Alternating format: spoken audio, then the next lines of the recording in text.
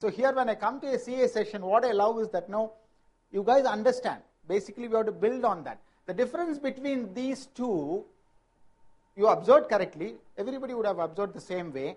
Between these two is that how efficiently they used their debt portion. Makes sense, isn't it? So has the EBITDA been reflected in the PAT margin?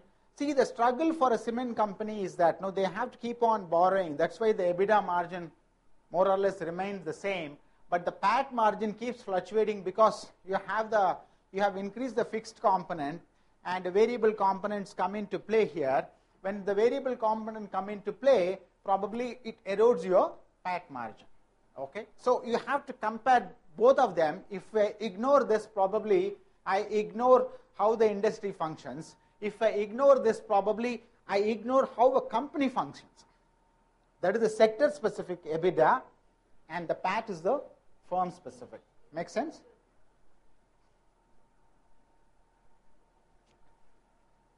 Okay.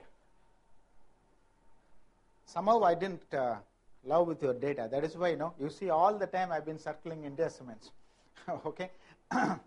So similarly, ROE and ROCE, return on equity, return on capital employed, both gives you the similar perspective of EBITDA and PAT, isn't it? Return on equity, return on capital employed, isn't it? Okay, so this is the firm specific. When you value a firm,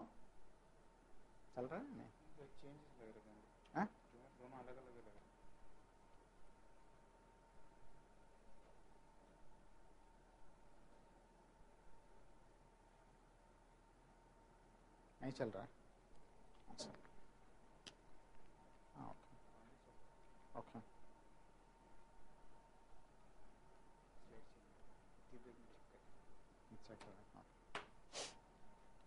Sorry about it. That one way of giving me mobility actually. Now I am forced to stay back because that remote is not functioning. Okay. Getting back to ROE and ROCE, return on equity and return on capital employed. Let's see what is circled here. All of them are in double digits. Okay, ROE is excellent here. Again, you see the improvement in ROE here, Srish Cement, and return on ROCE should be lower and ROE should be higher. The equity return should be, because you have a tax benefit. Okay. What is the difference between valuing equity and valuing a firm is that value of a firm. So value of equity, we can do many ways. Okay, we will get to that equity valuation. Now we are into value of the firm. Value of equity plus difference excess. Let's put it this way, not difference. We will say that excess of equity over debt, right? So if the ROE is 29, ROCE is 20, I get another 9%. I use my debt effectively, and plus I have the tax benefit of debt. Because it's tax deductible, I get that benefit also. If I fund, so I have many ways of skinning a cat, right? We have many ways of structuring the capital. So, and another possible area of nowadays is that capital structuring for the clients. That is one good area. I would love that. Yeah. So if you how to structure a capital is an art actually. How much you have to have a debt, how much you have to have the equity. What is the motive for capital structure? Anybody? I'm looking for a right word. The capital structure should be in such a way that we should optimize the firm's ability. That is the word I was looking for. I stopped you because I was looking for optimization. Optimization of the performance of the firm. Okay. So it could be, so how would you do this optimization?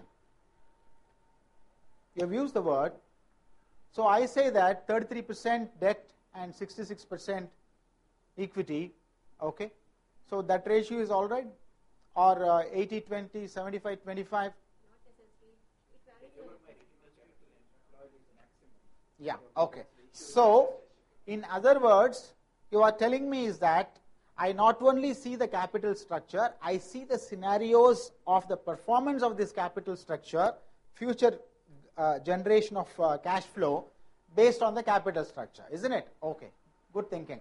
So, what is missing here? So, we had when you value the firm, you value the equity plus you get the excess return over the debt, and you have the tax benefit of the debt, and what else? There is one minus here. Probably many guys miss this minus because it is inbuilt into the structure, but not visibly seen actually. This is called default risk, isn't it? That is structured within the debt itself. Suppose if you are a AAA company, your debt is cheaper. If you are a BBB company, debt is expensive. And if you are downgraded like a Spain, actually, then it's God's particle, right? God will save you. So if you are in Europe, if you are no, learning is always helpful. Learning in Europe and learning out of Europe is always helpful, right? Learning in Europe and learning out of Europe, isn't it? Okay, so the ROE and ROC tells me because I am not. ROE is more important when I value the equity. Then the difference between me tells me what is this component, okay? And when I value Infosys, probably I may not be looking into ROC. Both will be the same, isn't it? Because that's a debt-free company. So it doesn't irrelevant actually. So it may look like a data error, right? Why should we do a data mining? Yeah, that comes to us naturally. Data mining is automatically comes to a day in and day out. A chartered accountant does only data mining. That's what I honestly believe. Yeah. Okay.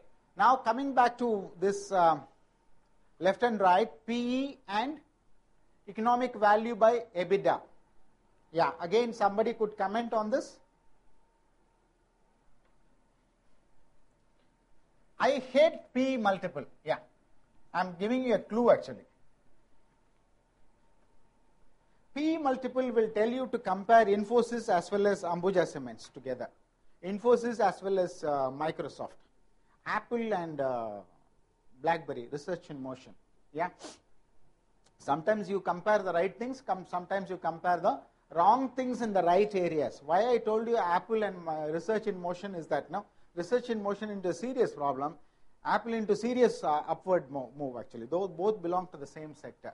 So I don't like PE because PE has got inherent weakness, but PE is a common terminology where a popular investor knows only about the PE, isn't it? So we as a chartered accountant understand the number who could read the balance sheet. Why should I go by PE? Incidentally, let's cut from here. And what does it tell me actually? It tells how profitability performing the future and what No. are the expectations of the investors in the future based on which my PE ratio is. No. PE ratio, how is one way of looking at a stock, isn't it? Yes. What is the 14, 15 multiple or something like that? That is called there are 3 sections to the valuation. Anybody now? One is relative, isn't it? That's what we are doing now. Relative is more beneficial when you are looking into 2-3 things and you have all the metrics like,